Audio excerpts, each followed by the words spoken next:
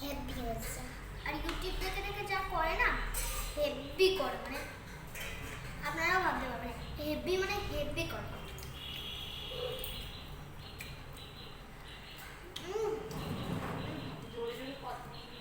তো এখন আমরা খেয়েছি, তো এখন আমরা একটু জলটা নিয়ে আসছি। নিয়ে আসছি তুই দাঁড়া, নিয়ে আসছি। এখানে জল আছে,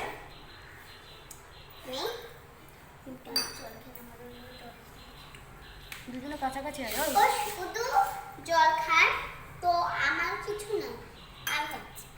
চল তুই সুগার চা খাই বাবা। আর শসা গাইস, আর টমেটো লাগিয়েছে।